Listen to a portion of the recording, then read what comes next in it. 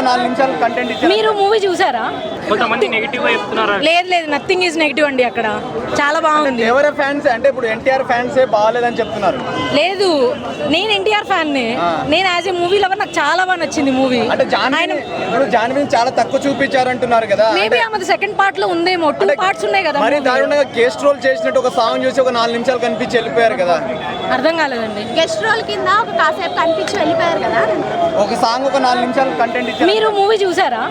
నేను చూశాను కాబట్టి చెప్తున్నాను. అదే అంటే ఏంటి నాకు అర్థం కాలే. గెస్ట్ రోల్ అంటే ఏంటి? తక్కువ టైం ఉంది అంటున్నారు. డ్యూరేషన్ తక్కువ ఉంది. అవును, క్యారెక్టర్ తక్కువ ఉంది అంటారు. లేదు అది సెకండ్ పార్ట్ లో ఆమె గురించి ఉందేమో. ఇంకా ఈ మూవీకి సరిపోయినట్లు తీసారు. ఓవరాల్ సినిమాకి ఎంత ఇస్తారు రేటింగ్? నేను 10 out of 10 ఇస్తానండి. Very nice, thank you. అంటే కొరటాల శివ ట్రోల్ చేసే వాళ్ళకి ఏం చెప్తారు? వెరీ చాలా కాన్ఫిడెంట్ గా చెప్తాను నేను. హీస్ బ్యాక్ అండి. మేడం ఇటు ట్రోల్ చేసే వాళ్ళకి మీరు ఏం చెప్తారు? నేనేం చెప్పనండి, అది ఎవరి ఒపీనియన్ వాళ్ళది. నేనైతే ఎవరికి ఏం చెప్పను. అంటే ఓవరాల్ మీరు ఎంత కలెక్ట్ చేస్తారు? మీరు ఎక్స్పెక్ట్ చేస్తున్నారు ఎంత కలెక్ట్ చేస్తారు బడ్జెట్? నాకు తెలిసి ఏమో అండి, నేను అట్లా చెప్పలేను. ఈ సినిమాతో ఎన్టీఆర్ గారు పాన్ ఇండియా లెవెల్లో స్టార్ అవుతారా? ఆబ్వియస్ గా ఆయన పాన్ ఇండియా స్టారే కదండి. సోలోగా ఇదే ఫస్ట్ పాన్ ఇండియా ఫిల్మ్ కదా. అయితే ఏంటండి ఆయన యాక్టింగ్ మార్క్ అందరికీ తెలుసు. ఆయన ఆబ్వియస్ గా పాన్ ఇండియా స్టారే. యాక్టింగ్ ఉంది కానీ సినిమాలో కంటెంట్ లేదంటున్నారు. లేదండి, సినిమా చూసిన వాళ్ళు ఏమన్నా ఒక మీట్ పెట్టమని చెప్పండి.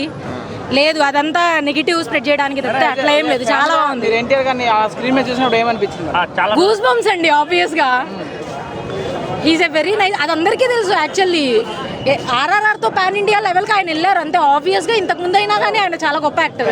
పెద్ద ఎన్టీఆర్ లుక్స్ అంతా కూడా హరికృష్ణ గారిని చూసినట్టుంది అంటున్నారు కదా, అలా కనిపించారు ఆయన? ఇది కొత్తగా కాదు కదండి ఆయనకి. మూవీ ఎప్పటి నుంచో వస్తున్న మూవీ, ఎప్పటి నుంచో చేస్తున్నారు ఆయన. ఫస్ట్ టైం కాదు కదా మనం చూస్తుంది. పార్ట్ 2 కి కావాల్సిన బస్ క్రియేట్ చేసిందా పార్ట్ 1? ఎస్, ఆఫ్ కోర్స్, ఖచ్చితంగా.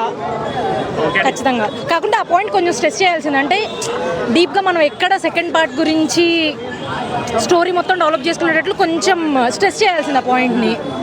దేని గురించి ఆలోచించాలి అని సెకండ్ పార్ట్.